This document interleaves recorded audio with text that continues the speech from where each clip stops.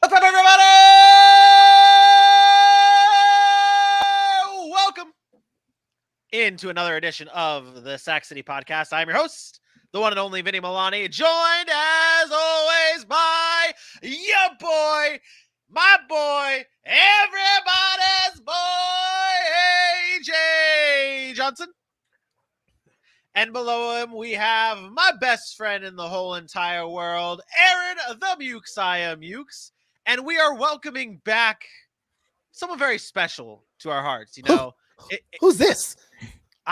It's like a new intro for this guy because he hasn't been on the show in a while. We have missed him. The fans have missed you. I do the thing with AJ. It's like, yo, boy, everybody's boy. Everybody missed you. Well, really?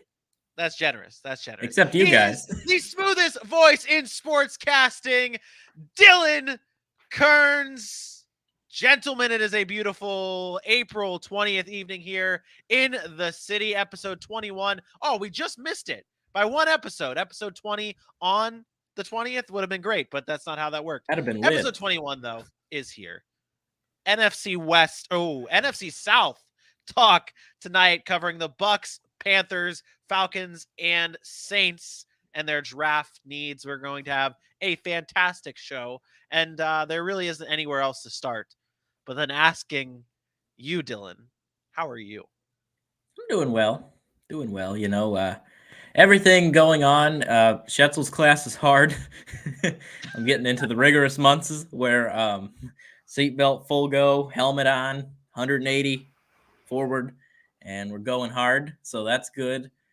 Season's coming to an end with my work, so more time for us on the show after my wisdom teeth are knocked out on Friday. But, you know, everything else going well.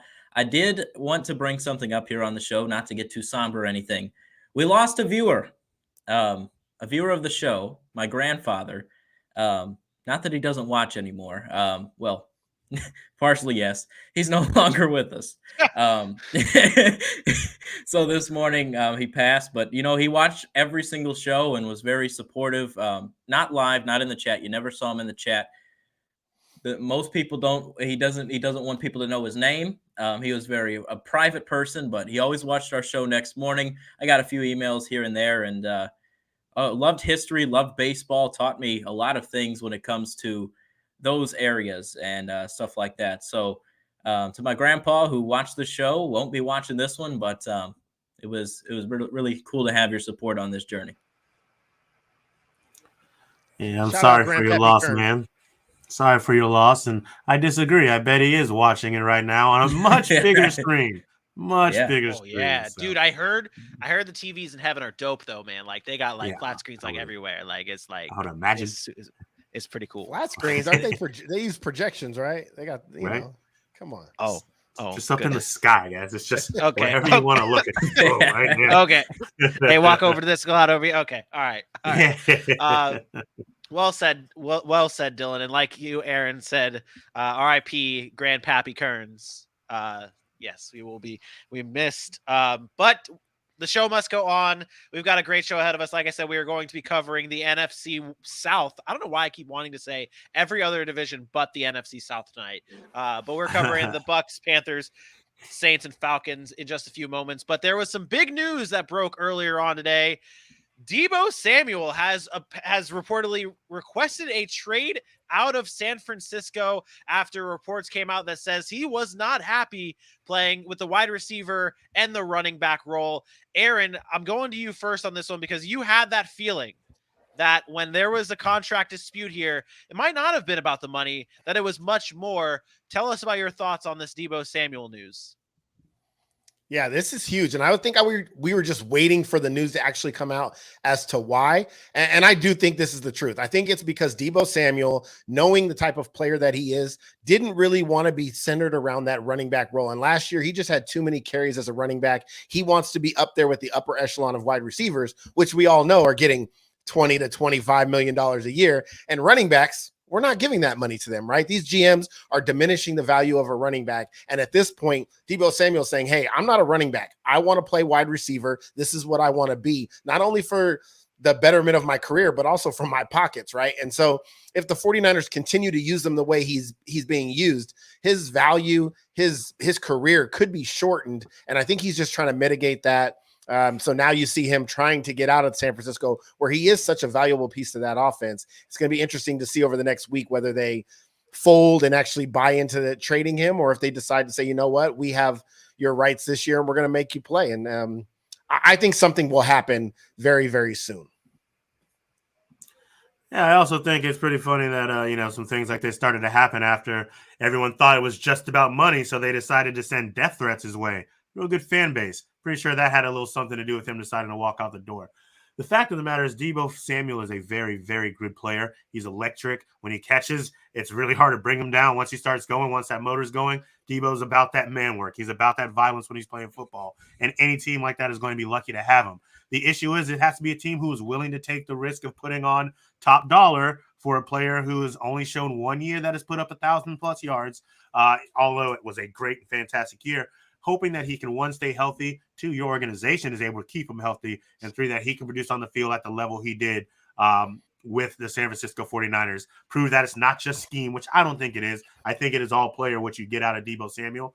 And there's some targets, and we'll probably discuss that throughout some of the rest of our draft conversations. But the fact is, Deebo Samuel, I don't know if the 49ers will allow this to happen. And if they do, you can imagine it's going to be a really, really big deal. Maybe not as big as Tyreek, but we'll be talking and turning heads when we see what team does give up what the 49ers are going to ask to acquire him. Yeah, that's where I was kind of going to go next. Dylan, what do you think the asking price for a Deebo Samuel would be? What would you, maybe not even guessing what the asking price is. If you're a team looking for a wide receiver, you're the Jets or the Texans or the Chargers or the Chiefs or all the teams named today for rumors. If you're those teams, what are you giving up? What are the assets looking like that you'd give up for Deebo Samuel? You look at the teams that you mentioned. I mean, it depends on if you're a contender. If you're the Kansas City Chiefs, you have a low-round first-round pick, I'd give up a first-rounder for him. I would. If you're a team like the New York Jets, sure, you're trying to win football games. Deebo, very versatile, can be a back, can be a receiver, going to get paid eventually. If I'm the New York Jets, I wouldn't trade a first-round pick for him. I think the asking price for him is stupendous. It's going to be a first-rounder. But you got to understand, Deebo Samuel has battled injuries. Deebo Samuel has battled injuries many times over the course of his career. This was the first year he finally stayed healthy. He put it all together where you could put them both as a running back and a receiver. He had a fantastic year. But there's been times where that guy, soft tissue injuries, things that make me a little bit concerned on if I would trade something that high for that. So if I'm a contender where I need him now and that can help and I have the flexibility salary-wise to do it, I'd give up that first-round pick. If you're a rebuilding team, not a chance I'd reach that point. I agree. We're going to talk more about this Deebo Samuel stuff on Friday's show, so tune in. Make sure you're tuned in watching our Friday show live at 8 p.m. Eastern time right here on Facebook, YouTube, Twitter, and Belly Up Sports TV. I want to talk about more of the San Francisco 49ers side of things on Friday's show, so we'll get into that then. But it's time to pay some bills, AJ. You know how this goes, right? You know how this goes. You know the setup here. You see Kenny Baby Hands pick it. The music plays. All the fun stuff happens. You tell people where they can follow us at. All that good stuff. You good? Okay. You ready? I think so. Let's see. We'll try. We'll do our best. All right. You got this. You have power. All right. Sac City Pod. That's what it is. Head on over, ladies and gentlemen, on all those wonderful social media platforms that you already know you love and visit on a day-to-day basis, like the Facebook, like the Instagram, like the Twitter, like the TikTok, and of course, YouTube. You may find us on Yahoo if that's your favorite search engine, but that's about it. It's going to take you back to all these places where you'll find at Sac City Pod, because you'll have already hit that like, you'll have already hit that share, you'll have already told all your friends, your family, your enemy, and the random person you walked into, like the Walmart greeter, about the Sac City Pod, because your boys are back in town. Ooh, I love that sound. Hey. There you go. And draft season is upon us. Our draft coverage is coming right up. We are going to be having our live draft celebration special next week, April 28th, live at 7:30 p.m. Eastern Time, right here on YouTube. And we want you to be a part of it with your team, your pick. All you have to do is submit a 1-minute video to us telling us your team, your pick, and why. And if your team doesn't have a first-round pick, it's okay. You can still submit it to us. Let us know your thoughts. Be a part of our special draft day. Submit your videos by April 26th, and you can submit those to our email at sackcitypod@gmail.com or on our socials that AJ just beautifully read at sackcitypod.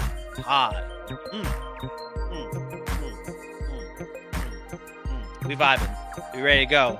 It's a vibe. It is. It is. It is. Let's get into our NFC South draft picks here. If you guys are new to this, Dylan, you might be new to this. I don't know how much of the show you watched on break. I don't know what you were doing in your spare time. But if you need a refresher, I'm going to tell you how it is, just like I'll tell the listeners. If you are new to this, we are going to be breaking down the number one player that these teams need to be drafting in this year's draft. And I want to specify this because it seems to have gotten lost in translation during our YouTube clips. People don't understand that we are not necessarily picking their first round pick. We're not necessarily picking their second round pick. We're going deep. We're going third, fourth, fifth, sixth. And I'm hoping one of you guys gives me a seventh eventually.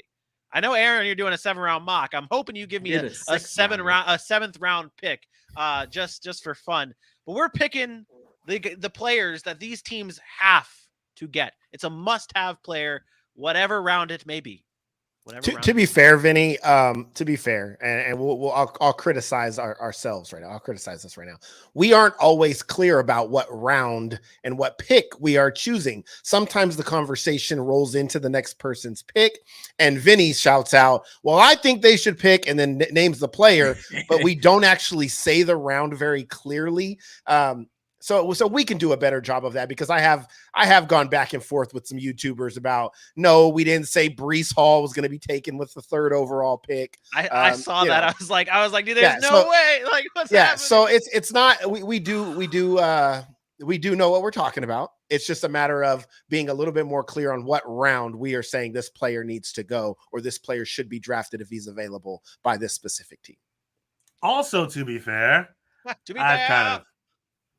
I've kind of gotten off the one player that it had to be and like gave some ideas about a player they could have. So, I'll be better next time. Won't be tonight. Tonight will be some of the should be or could be's, but I'll be better. And I'll clarify those moments in time. But I definitely never said Breece Hall with the 3rd overall pick. What type of shit is that? Yeah, this is some whack shit, But let's get things underway here. Let's start off with the Tampa Bay Buccaneers. This team, they got Tom Brady back, but they still need a defensive tackle, a guard, an edge. Their first pick is in the first round at pick 27. And you know where we're going to start here? We are going to start with the smoothest voice in sports casting. Dylan Kearns, kick us. Oh, man, that was good. I see you up there. Dylan, start us off. Yeah, the Tampa Bay Buccaneers, staying round one, pick 27 right here, Tampa Bay Buccaneers. They need guard help, right? Obviously, Marpet leaves. He retires.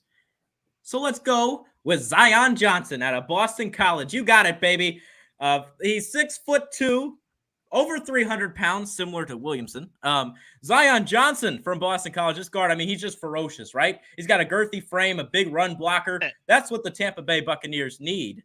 Someone like that can just go in there, plug the gap. Look at him on the B-roll. Boom! Just next level guy. He's exactly what they need to fill the gaps and really help out this football team. He was a 2-time captain when he was at Boston College, so he commanded that locker room. He was someone that they really trusted on that side. So he's trusted in the room, and he could be a big factor that could help the Bucs win now, which they do have that ability with Tom Brady back under center. So why not help get a need, which is guard? Give me Zion Johnson at number 1, not number 27. That wouldn't be great. You definitely don't want him at number 1, especially if you're trying to be clear, sir. It's their number 1 pick at pick 27 in the first round. And I like your idea. I like that Zion life. However, I have a feeling that they're going to miss out on Zion. He's pretty well up there. I think, though, that there's a chance he's right next to the guy that I went ahead and chose, and that is Kenyon Green out of Texas A&M. Kenyon Green. What can you say about Kenyon Green? What a fantastic and versatile lineman. I love the way he drives through blocks. The reason I thought this guy would be great, and from the moment I knew we were talking about the Bucs, this was the guy that I had in my head, because that offensive line needs a little bit of help. And a guy like Kenyon Green can not only be a day one starter, but he can also play every position on the line except for center. And what they lost last year, they can replace with this guy. He is versatile. I love how fast he is in the pull game. And when he gets his hands on you, he is driving. His hands are fast. They're quick. They reload well. So if he gets beat on a block, he's right back in the position with that force to drive on the punch. Kenyon Green gets to the second level very well. So if Leonard Fournette gets his run game going too, getting behind a guard like Kenyon Green is going to get him that extra 3 and 4 yards to grab those first downs they like and need. Kenyon Green, round 1, pick 27 to the Bucs. Book it. I really like that pick a lot. I love Kenyon Green. Like that's one of I'm very high. He just continues to climb up higher and higher on my draft board. And Kenyon Green's a perfect fit for Tampa. And you know what I really like about Kenyon Green that really fits Tampa is when you have a Tom Brady led offense, you have to fill these pieces in with players that he's going to be able to trust. That that he's going to be able to trust. And I feel like Kenyon Green, with all of his experience playing guard or tackle, he can come in and be a trustworthy guy for Tom Brady. You know who else can be a trustworthy guy for Tom Brady? In the second round, Aaron, you can hear this, and everybody listening at home, in the second round, pick 60 for the Tampa Bay Buccaneers. Can't be any more clear than that. I am going with Trey McBride, the tight end out of Colorado. We don't know if Gronkowski's coming back. Hell, he might not come back until the middle of the season. We don't know. Get yourself the next good to great tight end in this league. It'll be Trey McBride out of Colorado State. This kid is an athletic machine. He's not going to be your blocking tight end. They're not bringing him in to do that. You're bringing him in to be a consistent weapon. You see that word? It's coming up again. Consistency. Trey McBride led the nation last year amongst tight ends in catches and yards. He's got reliable hands, 6'4", 245 guy. He's a big play tight end. He'll be perfect for a Tom Brady-led offense because of that one word, consistency. You're going to be able to trust him to throw the ball and catch it. It'll be perfect. Trey McBride, tight end, Colorado State, second round, pick 60. I like how you clarified that. It's unfortunate that every single one of the guys you guys mentioned, they're all really, really good players, all going to be really good NFL players. None of them are going to be available for Tampa. Zion actually might be, but Tampa's going to go a different route in the first round. You'll see when I drop my mock draft. But for me, I went deeper. I said, you know what? Stay away from the first and second round picks. That's too easy. I went real deep. I went so deep that we can't even pronounce this guy's name. For me, it's easy. And they need help at the edge, right? We talk about somebody that gets on the edge, can pressure on the quarterback. They're losing JPP. He's a free agent. And Ndamukong Suh is not signed yet. So I'm talking about somebody who can get pressure on the quarterback. And for me, that's defensive end edge rusher Ioma Umazurike. Again, this guy, I can't pronounce his name, but I can tell you one thing, this guy can play. He's so quick with his lateral movement. He has a strong punch. He can push offensive linemen back with ease, and he is big. Like, he's not a small guy that can move. He's a big guy that can move. He was a 3-star recruit in 2016. He was only 250 pounds when he came out of high school, and now he's 320. So this is a guy that put on some weight. He had 9 sacks last year. He was a 4-year starter there. He made the all Big 12 team. And this is a guy that's going to have an impact on defense immediately. I think you can come in, get him late in the draft in the 4th round. He can spell guys on 3rd down, rush the quarterback, and have an impact on a defense now led by Todd Bowles. And I think that's the most important part, right? They switched head coaches. This is a defensive-minded head coach. He is going to want defense to be a priority. They struggled last year. Go and get you some Uwazurike right there in the 4th round, and see you reap the benefits from a late-round pick actually panning out. How hard did you work on pronouncing that last name? How many reps in front of your mirror before the show did you spend just trying to pronounce that one? Not a lot. I just made it up. Uwazurike right there. It's pretty easy once you say it once or twice. You know, I looked at it and I was like, I'm going to pronounce it as it looks. And if it's right, it's right. If it's not, it's not. But the boy can play. That's what matters, right? We'll all know his name very soon. How long did it take for people to know Antetokounmpo? Yeah, nobody could say Giannis Antetokounmpo, and now all of a sudden it just rolls off the tongue. Agumba Wale. I still have a hard time pronouncing Giannis's last name. In fact, I don't even pronounce his last name. I just call him Giannis. But I want to move over to the chat here real quick. Again, we are the most interactive show on the web. Shout out Bailey being in the chat. Shout out Joey B buzzing in the chat. He says he knows Trey McBride. Like, he's got a close personal relationship, and he does have a great family. Two moms for Trey McBride. Just want to let everyone know that. Two moms. Very, very cool. Nurture. Very cool. Very cool. Yeah, very cool. He's. I watched a couple of interviews with him on NFL Network. I'm really, really excited for him, especially the fact that he's going to get to play with a great quarterback, and his name's not Tom Brady. Oh my! Let's go, bring him on. Wow, let's get him. We'll talk to him and see where he's a great quarterback. Well, Aaron only has like considers three great quarterbacks in this league. It's Brady, it's Mahomes, and Josh Allen. Oh, and Josh Allen. Oh, who said I only say there's? Oh my god! I don't know. That's so rude. He's talking about Russell Wilson. People, pay attention. Ugh, gross. Albert O, and then Trey McBride. Oh man. You guys obviously. Do you guys ever pay attention to the shows we have? We try not to. Absolutely not. I already told you where Trey McBride's going to go. I told you. As a matter of fact, it was the last episode. Yeah, I thought you said Denver. Houston? Okay, Dr. Dre. Oh, he's a big Davis Mills guy. No. We did this. You're right. It was Monday or last Wednesday's show. It was last Wednesday's show. It was the NFC North. He's going to be in Green Bay. Oh.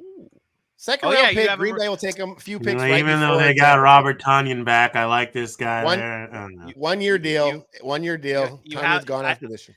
You have him replacing Mercedes Lewis. I get it. That makes sense. Yes, okay. For sure. No one could ever replace Mercedes Lewis on the field or in Vinny's heart. Hey, Jacksonville is still trying to replace Mercedes Lewis, but I digress. But either way, Aaron's mock draft is coming out next week. It's a 7-round mock draft. Tomorrow, Dylan drops his top 10 mock draft. AJ is releasing a full first-round mock draft. This is mock draft city here in the city. It's going to be special. It's going to be great. You want to be tuned in, locked in right here at Sack City Pod. Let's move on to our next team. It's the New Orleans Saints. They need a tackle, a wide receiver, a safety. After losing Terron Armstead, I feel like a tackle is probably one of their biggest needs. We will see how we go into that one. But they've got 2 picks in the first round after dealing with the Philadelphia Eagles to acquire that second first-round pick. They picked 16th. They picked 19th in round 1. Let's see where we're going to go to first here. I guess I would go first because I have the only pick that's in the first round. And this one was tough for me, guys. This one is very tough, and we're just going to get it out of the way here. The New Orleans Saints have to go tackle with one of their first-round picks, either 16 or 19. They have to go tackle. I personally would take a tackle at 16, and I would go with Trevor Penning, the tackle out of Northern Iowa. This kid is an absolute – he's a very good tackle. He's a very, very good tackle. He's at that tier right below. It's Charles Cross, Evan Neal, Icky, and then it's Trevor Penning. That's where it is right there. He's got a physical mean streak, and the thing I like about him is he is that solid pure tackle. Like, that's all he plays. He doesn't shift over to the guard. He doesn't do any of that other stuff. He plays just pure tackle. The fact that he's coming from Northern Iowa is a little bit of a concern for me, but it seems to be okay with all the scouts that have been looking at all of his tape. They love this guy. I love this guy. But what I really want to ask here, and you two both, and I want to hear from you two before we move on. What is so special about Trevor Penning? Who do you want to go ahead, AJ? I'll let AJ take this one first. First off, I love the fact that you just gave this whole rave show for Trevor Penning and followed it up with what's so special. But the thing is, so before you go, and this is why I asked, is I am having such a hard time with this pick. And off air, I was texting Aaron all day on like if I could just repeat picks here, or if Charles Cross could fall this far. Because they need a tackle. I don't care if it's a bust pick. You have to shoot your shot on a tackle from this draft in the first round. That's my feeling. So with Trevor Penning, and what should give you the idea that he's liked so much is this is now the 3rd time we have slotted him somewhere in the first round. I had him for Pittsburgh I'm sleeping on where Aaron put him now because I can't remember. And now you have him for the Saints. I really like him, and I mocked him to the Chargers in the first round for a little teaser. This guy is nasty, man. The mentality that he has, he's big, he's powerful. His entire purpose when he gets his hands on you is to make sure you touch the ground, which means he's always finishing plays. He's got the great pushback. He's got great balance. He does need some technical help in his hands. They're not amazing, but they're not bad. They're not something that's going to get you beat off the line time and time again. Trey Penton is a guy who I believe can start this season. Will have to get very nice in training camp and things of that nature to work up, but you'll watch him develop and progress quickly throughout the season and be someone that you can trust on that line, mostly because it starts with his mentality that also helps out his physical gifts. Vinny, I question, why not Bernard Raymond here? So, spoiler alert, and everybody tuning in, Friday, we're going to be talking busts and sleepers. And spoiler, he's going to be one of my busts that I list on Friday's show. Tune in at 8 p.m. Eastern time to figure that one out and get into it. Let's see. Dylan, you have a very interesting pick in round 2 for the New Orleans Saints. Go right ahead. That I do. Not a need on the list that was shown up earlier, but I think it is a need. So, baby, I'm howling for you. It's Sam Howell. Sam Howell, baby. I mean, you think about the draft class, right? The quarterbacks aren't amusing. They aren't amusing. Sam Howell was supposed to be, coming into this year, one of the top quarterbacks that you look at. This North Carolina team projected really good throughout the course of the year. Still, he had 24 touchdowns, 9 picks. Other than that, I mean, you look at his other 2 years, 30 touchdowns, 7 picks, and then his freshman year, 38 touchdowns, 7 picks. So 3 straight years, didn't throw under 10 or didn't throw more than 9 interceptions. And this is a guy that can be a game manager. He has the ability to throw it deep, as you saw in the B-roll there. I mean, granted, he did have some great wideout talent at North Carolina, De'Ami Brown being one of them. But he also had Javonte Williams and Michael Carter in his backfield throughout some of his career. But, I mean, Sam Howell has been a pretty solid quarterback. And I think I like that move right there for New Orleans. Once again, second round right here. Not a first-round pick. God forbid they take him in the first. The fan base will just go crazy. They already got 2 first-rounders. Why not take a stab at your next future quarterback? Maybe Jameis Winston. He's coming off the ACL. Andy Dalton's iffy. I think I like a franchise guy, and maybe Sam Howell can do that if he sits in that room long enough. That's a ridiculous pick. It's Really? a ridiculous pick that early. Like a second-round pick for a team that's was on the cusp of the playoffs last year, didn't have a quarterback. If you insert Jameis Winston, who they just signed to a 2-year deal, there's no reason for them to go out. And if they're going to invest in a quarterback they think that's going to be their franchise, they go get him early. They're not going to invest in a guy who had 2 really good seasons and then regressed his senior year. He only completed 62% of his passes. And you mentioned the weapons that year before when he had his best year. Michael Carter, Javonte Williams, De'Ami Brown, the weapons made him. I don't want to say they made him because he does have a nice ball. He can be accurate at times, but he regressed that last year. And that's a big question mark for me. I have him dropping pretty far in my draft.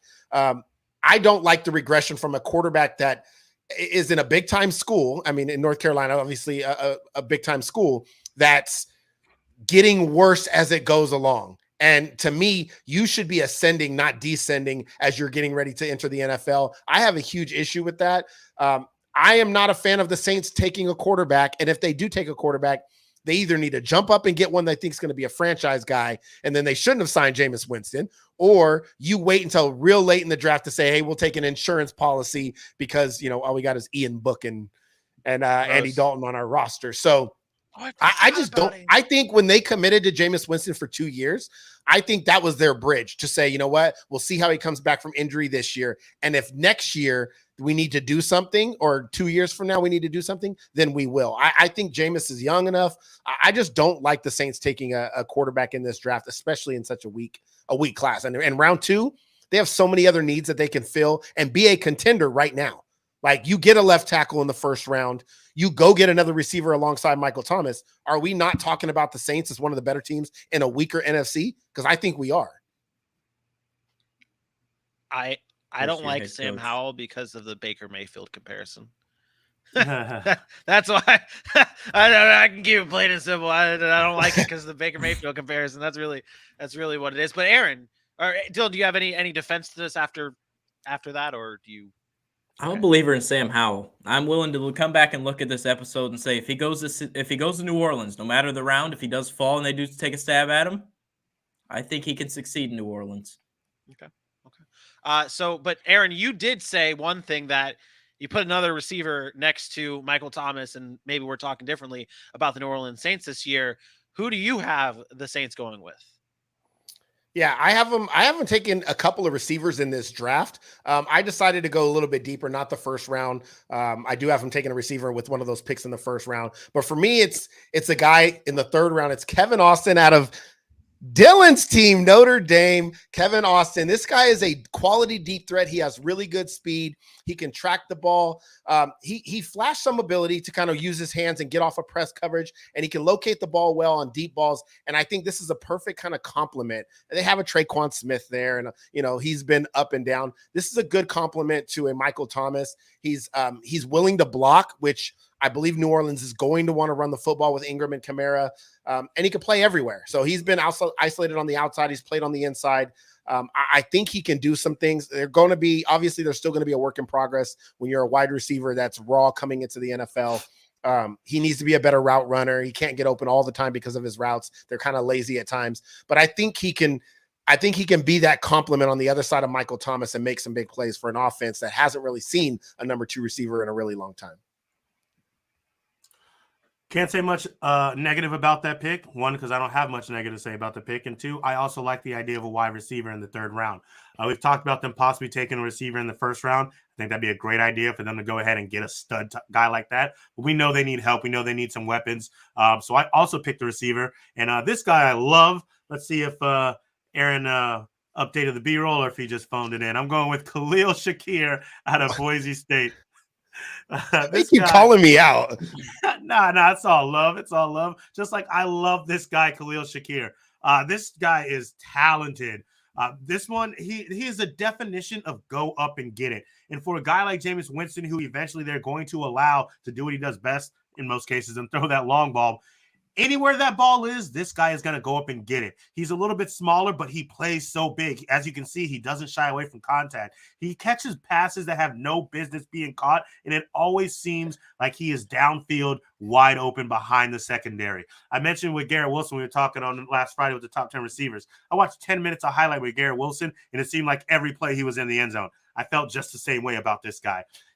Go and check, and I'll do my best to get some of the B-roll I'm talking about for the draft. Go and check some of the catches that this guy has made. It will blow your mind. He was the reason I had so much fun watching these receivers on Friday, and he's the reason that I think a lot of people will be excited once he gets in the NFL. If you can play receiver, you can play receiver, and he's the definition of that for me. He said he's a Swiss Army knife. I do like him a lot. There's no way he's lasting until the third round, pick 98. But yeah, so I mean, maybe they use their second rounder and instead of taking Sam Howell, they go get Khalil Shakir instead. I don't think there's a way in hell he lasts that long to pick 98. The more I've watched the receivers, the more I've watched him, I do think he's kind of that middle of the second round guy. He's definitely a playmaker, and he can put them all over the field. And I think, again, that complements to what kind of New Orleans needs. Somebody that can go in the slot, go play outside, and doesn't have to be that they can make big plays, and they don't have to rely so much on Michael Thomas, slant over the middle 12 yards.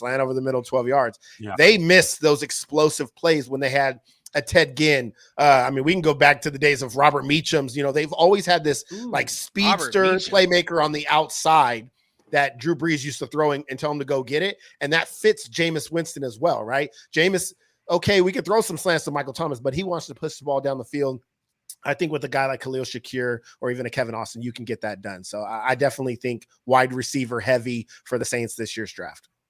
I want to mention a point on Kevin Austin. I watched him play at the University of Notre Dame. God, that guy was hyped for so long, and thank God he finally broke out last year because I was ready to scream. I mean, the 2 years before that were ugly. He finally got that breakout shot that he did, similar to Equanimeous St. Brown, who's now in the NFL.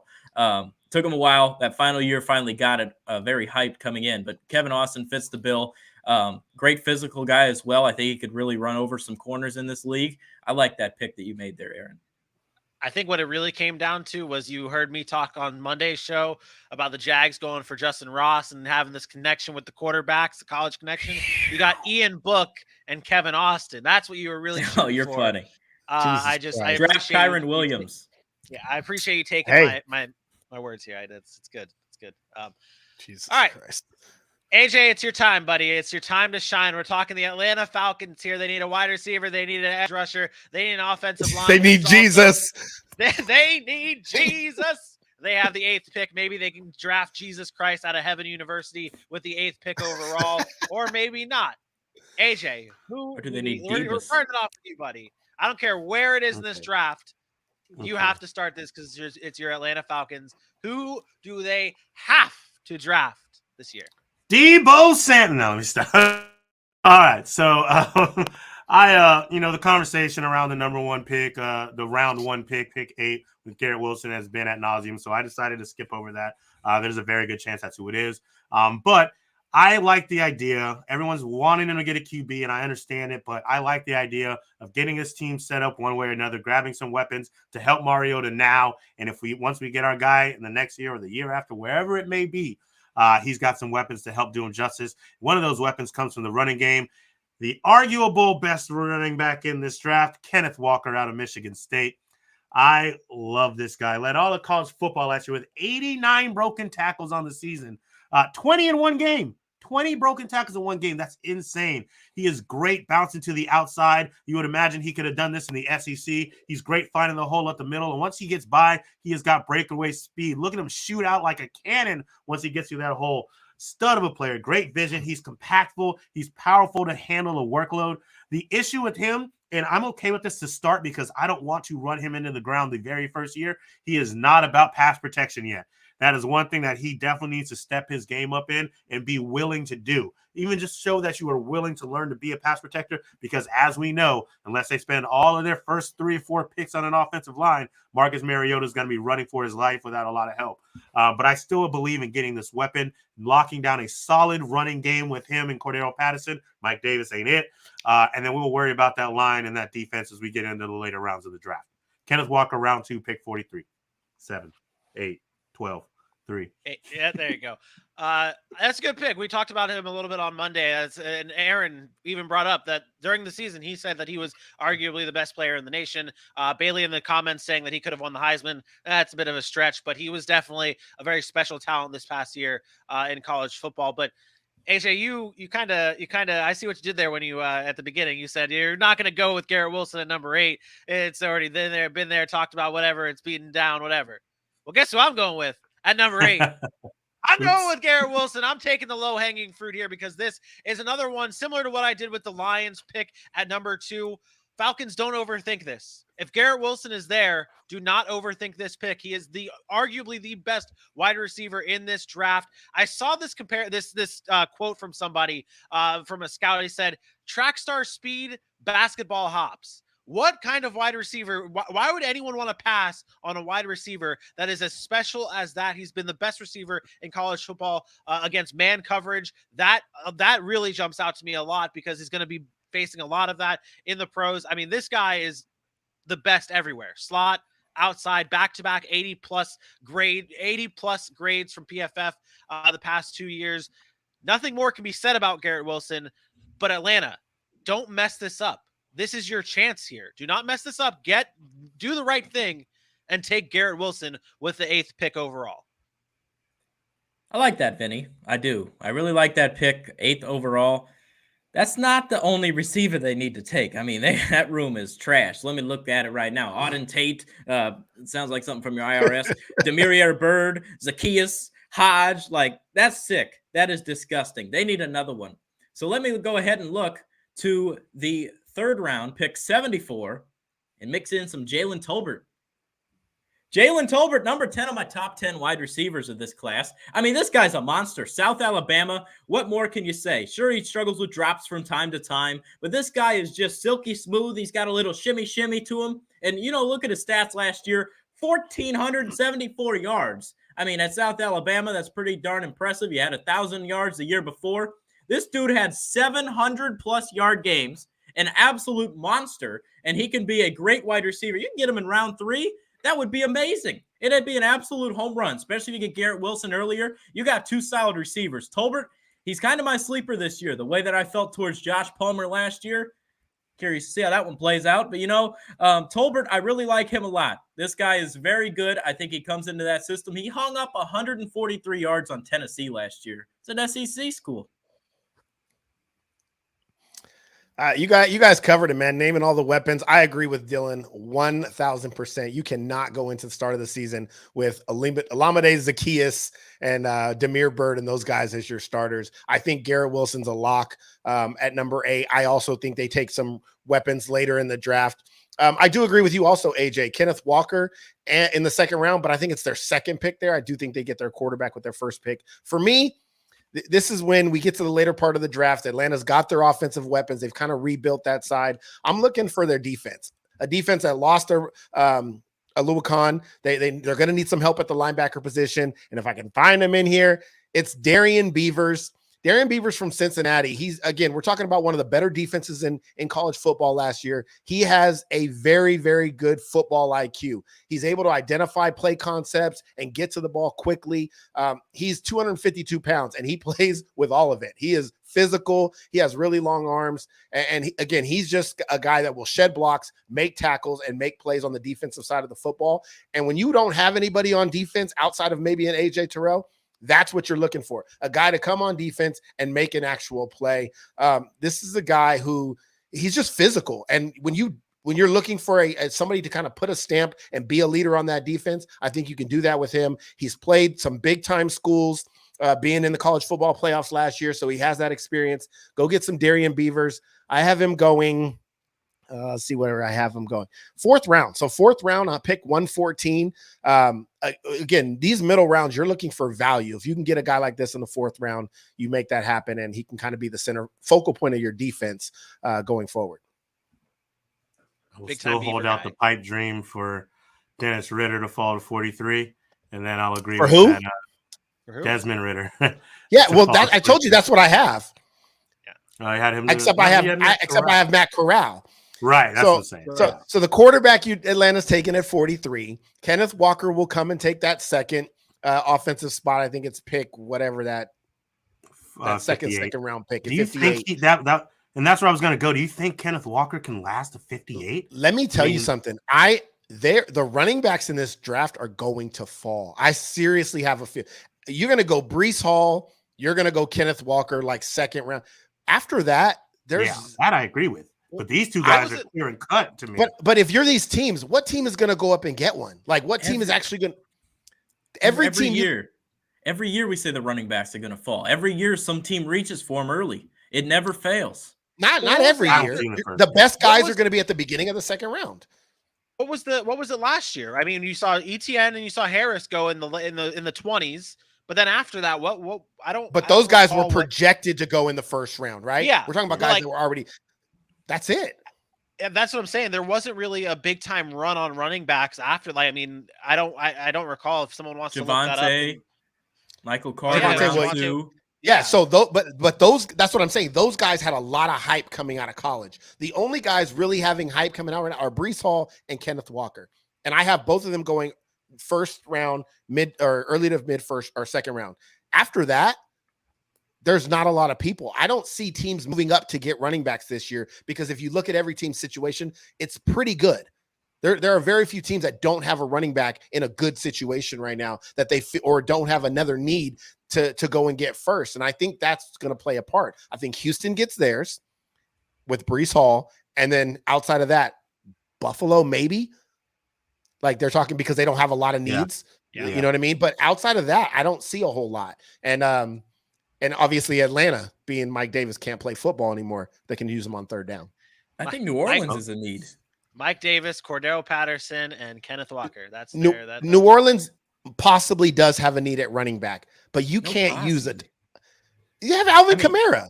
Yeah. Right now, I mean, you got to figure out this court hearing. But beyond him, you can't. They got Mark Ingram still, and then Alvin Kamara. You cannot. That one too, yeah. But you cannot go into a season or into a draft with other significant needs that the Saints have and say we have to go and get a running back in round 2 because we're worried about Alvin Kamara. take one in the 4th or 5th round where they got Alvin Kamara, which was the 4th round, and then say, wait till the 4th, take James Cook, and you got the same thing. That's Alvin Kamara 2.0. It's the same guy. I love me some Kyron James Williams Cook. there. I love me some James Cook. Last year, Javonte Williams went 35 overall. Trey Sermon went 88, and then Michael Carter in the 4th round at like 104. So between 35 and 88. So 4 backs. So 4 running backs within through the first 4 rounds. 5 total once you get to Michael Carter in the 4th round. But like Javonte at 3, and then it was quiet until like pick 90. So pick 88. So yeah. I think it's gonna be worse this year. Would you be happy with those selections? Garrett Wilson, Kenneth Walker, Jaylen Tolbert, and the Beav? Yeah. That's a good start to build. I mean, that's the thing. Unless you do one thing, one player or one position all the way through the draft, you can't really mess this up. You need just about everything. Now, I would want to slot an offensive lineman in there somewhere, but I don't think you should reach on one because we clearly aren't developing these guys at the speed we need to. So if you can get playmakers again to make the rest of the team around you, Joe Burrow could figure it out. Marcus Mariota can do something. He was a Heisman winner once upon a time. He was a second Joe Burrow can figure out. Marcus Mariota can do something. Yeah, he did something. I do have him addressing the line in the 3rd round. I have him taking an O lineman and a D lineman in the 3rd round. They go heavy offense weapons, offensive line, defensive line. Then they get Darien Beavers in the 4th. And I think that's a good little start to building their self back up because we know it's going to take time. Hopefully we can pay these rookies. We couldn't last year. I like the Beav in the 4th. I like that pick.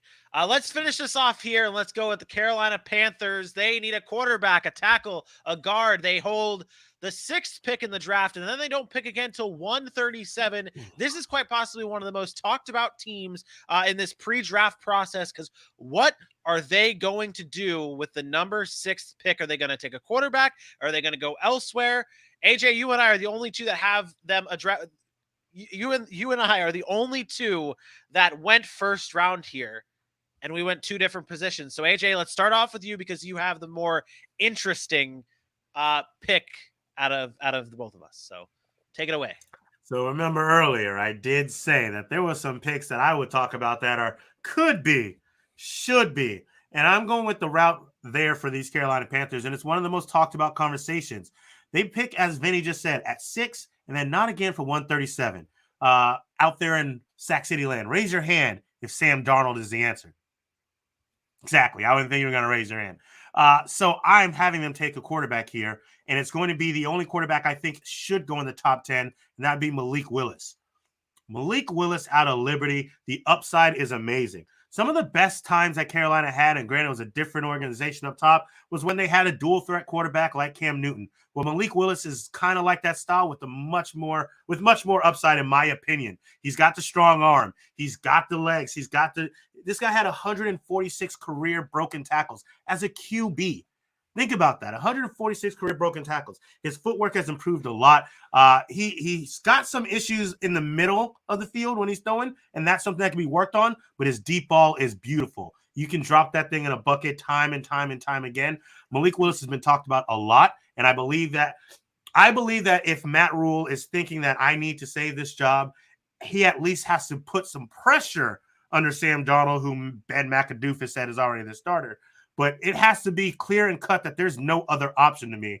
I think that at QB6, you can go out and get a Malik Willis and take a shot, or you can wait until 137, or you're planning to be trash this year and hope to be right here again next season with a new head coach. Yeah, with the fact that they don't pick again till 137, it is really hard for them to get any type of quarterback after this. So I understand the Malik Willis pick here, but I'm not sold on any of these guys coming in and really being a day one starter. Malik Willis could be a guy who comes in and is a great talent after it all, but I think they need to build on that offensive line, and they got to go tackle. And I love this guy a lot. I love Charles Cross.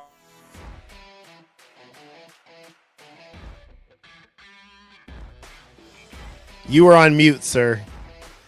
Wow, did I go through all of that on mute? Holy shit. Yes, you did. Oh, no, I didn't Sorry. because of the music. Okay, all right, yeah.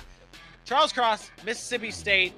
At one point, this guy was the top offensive lineman in this draft. This guy at one point was supposed to be the first offensive lineman off the board. He is a special guy. And the thing I love the most about him is he is an excellent pass blocker. 16 pressures last year on 145 plus blocking snaps. This guy, pass blocking snaps, I should say. He's got great feet. He's got great awareness. He's got great hands.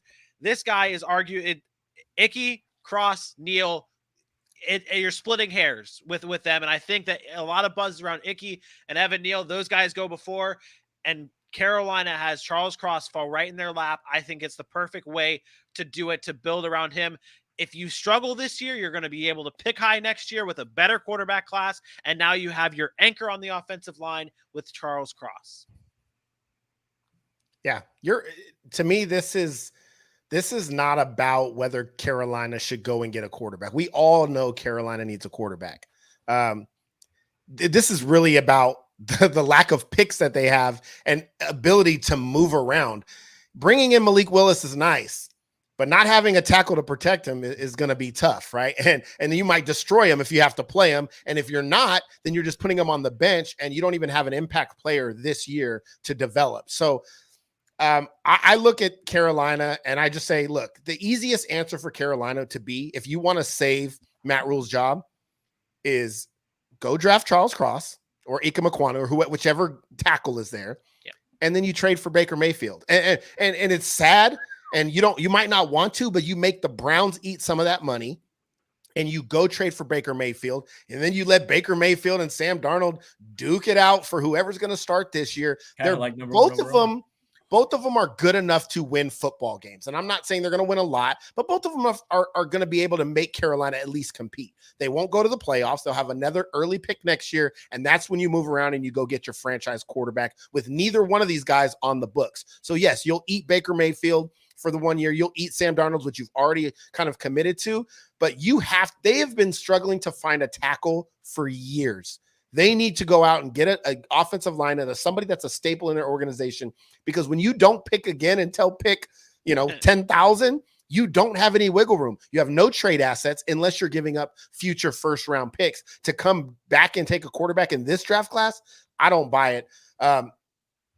I think it needs to be Charles Cross, Ika Mekwonu, or Evan Neal, whichever tackle is there, unless you want to go crazy and you want to trade back and get more picks and then maybe get one of those quarterbacks and a tackle like a Trevor Penning or somebody like that.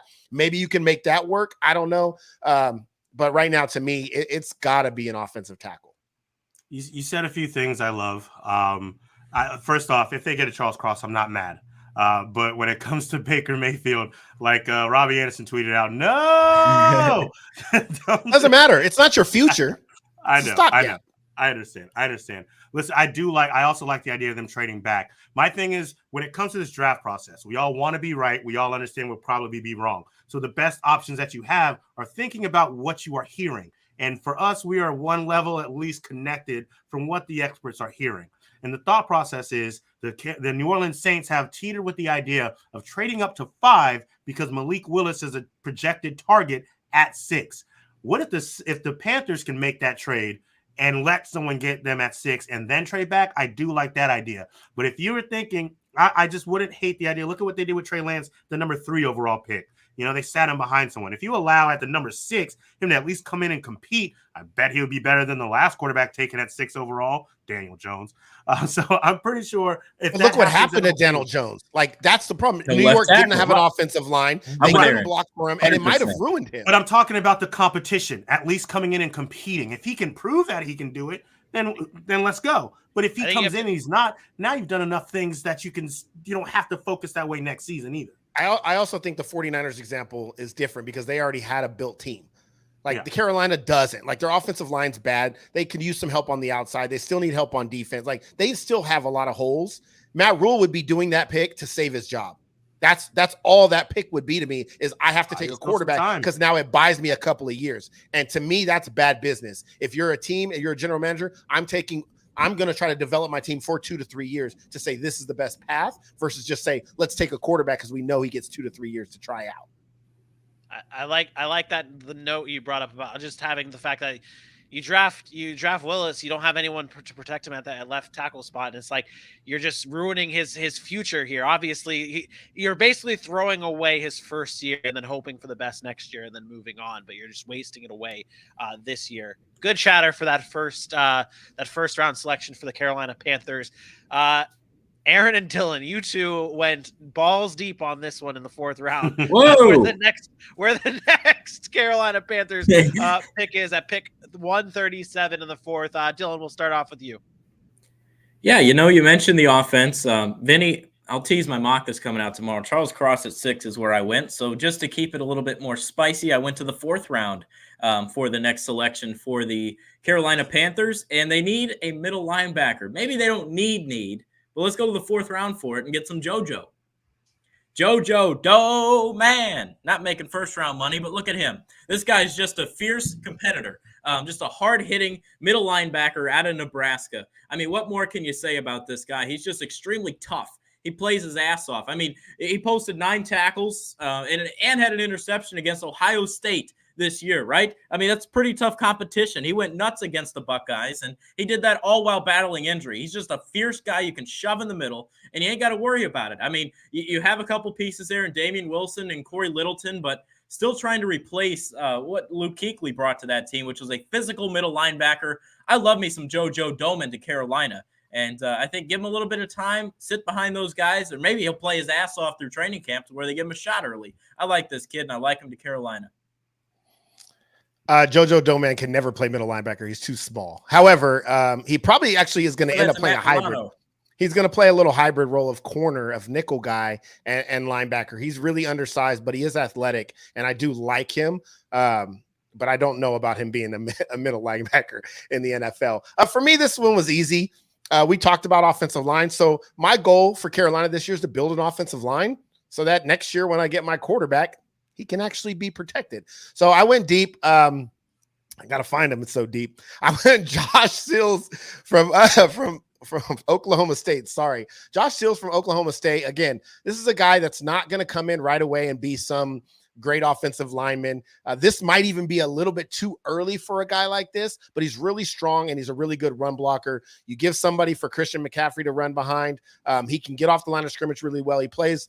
He's really, really smart, which, offensive lineman, you want a smart offensive lineman, knows how to pick up blitzes, things like that. Again, big athlete, good bulk, but he's going to have to develop. And this is one of those guys, you add some more depth on the offensive line to a team that hasn't had a real good offensive line in a really long time. It's pretty simple for me. Beef the offensive line up this year, find those key pieces you need on defense, on the outside, and then you come back next year and you get your franchise quarterback either via trade or free agency or through the draft. And there's a lot of quarterback options still out there. They could go get Jimmy G if they really want to do that, right? Get Charles Cross and then put Jimmy Garoppolo behind him. And he's not great, but he's proven to win. He would work in Carolina. He would be their best option. I think Carolina is I don't want to say a playoff team with Jimmy G, but the NFC is weak. So they'd be battling for a playoff spot with Jimmy G, I feel like. But that's just my opinion. What do I know? Apparently, Charles Cross is absolute trash. Apparently, to Joey B. What? Yeah. I just horrible pick when I brought up Charles Cross, but I digress. That does it for another episode of the Sac City Podcast. We'll be back again on Friday live at 8 p.m. Eastern Time, right here on Facebook, YouTube, and Twitter to discuss busts, to discuss Sleeper, to discuss Deebo, and so much more on another Fun and Games Friday. For your boy, AJ Johnson, for my best friend, Aaron Mukes, and for the smoothest voice in sportscasting, Dylan Kearns, I am me. We will see you Friday. Peace out. Bye.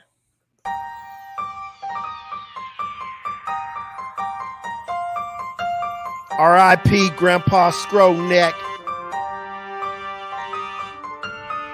The realest of the real.